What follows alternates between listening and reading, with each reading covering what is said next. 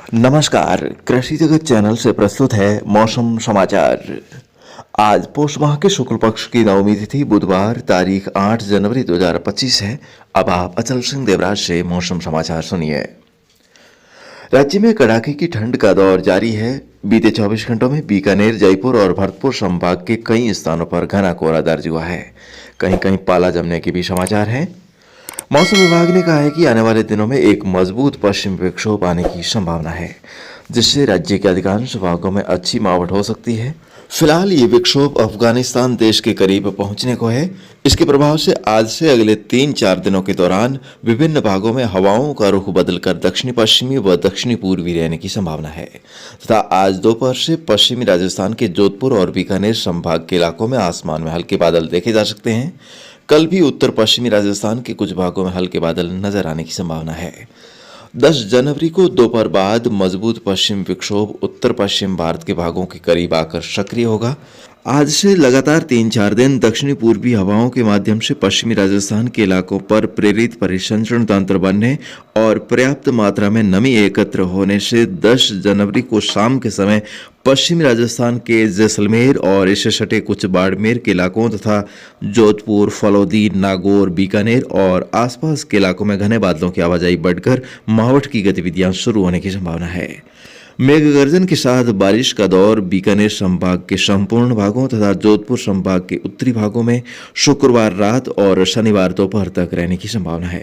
तत्पश्चात शेखावटी क्षेत्र, जयपुर संभाग तथा इससे सटे अजमेर और भरतपुर संभाग के जिलों में भी शनिवार शाम तक गरज चमक के साथ बारिश जारी रहने की संभावना है। बारिश के इस दौर से वर्तमान परिस्थितियों के आधार पर जैसलमेर, जोधपुर, बाड़मेर, बालोतरा, पाली, अजमेर, नागौर, डीडवाना कुचामन, बीकानेर, श्रीगंगानगर, हनुमानगढ़, चूरू, झुंझुनू, सीकर, अलवर, भरतपुर, धौलपुर, करौली, सवाई माधोपुर, टोंक, दौसा, खैरथल तिजारा, कोटपुतली, बैरोड और डीग जिले प्रभावित हो सकते हैं। इन जिलों के विभिन्न तहसीलों और गांवों में घने बादल छाए रहने और गरज चमक के साथ मध्यम से तेज बारिश, कहीं हल्की बारिश और कहीं कहीं बूंदाबांदी होने की संभावना है।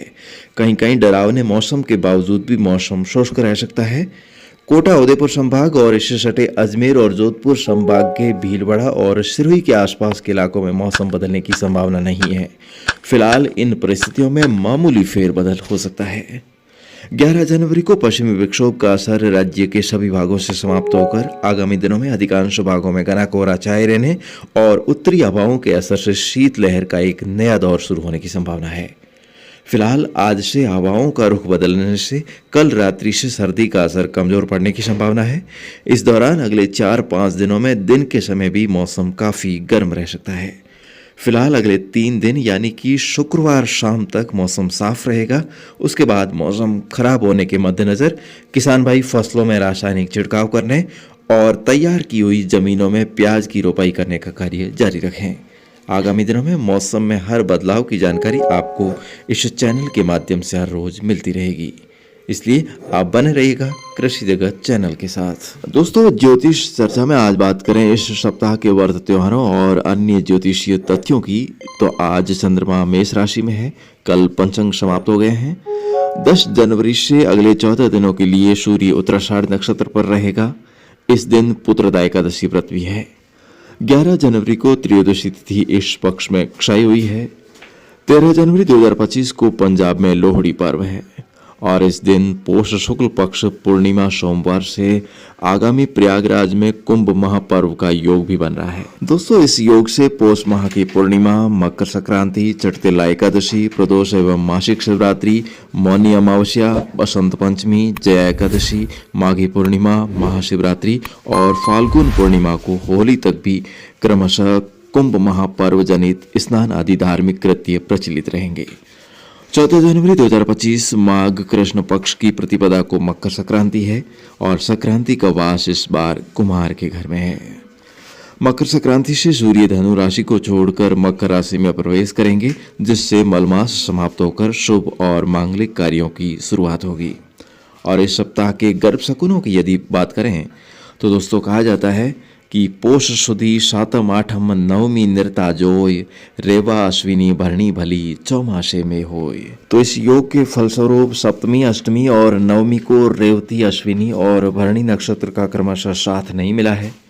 और इस बारे में एक प्रचलित कहावत और भी है कि पोष सुदी चठ 11 देखो जोशी, पूर्णमासी बिना वर्षा बादल होशी, तो आके जमानो जानो जोशी। तो इस योग के फलस्वरूप दोस्तों पुत्रदा एकादशी के दिन यानी कि 10 जनवरी 2025 को बादल छाए हुए हो और बारिश नहीं हो तो ये गर्भ आगे फलित होकर अच्छा जमाना होगा। और परंतु इस बार दोस्तों 2025 का मानसून डावाडोल स्थिति में रहेगा।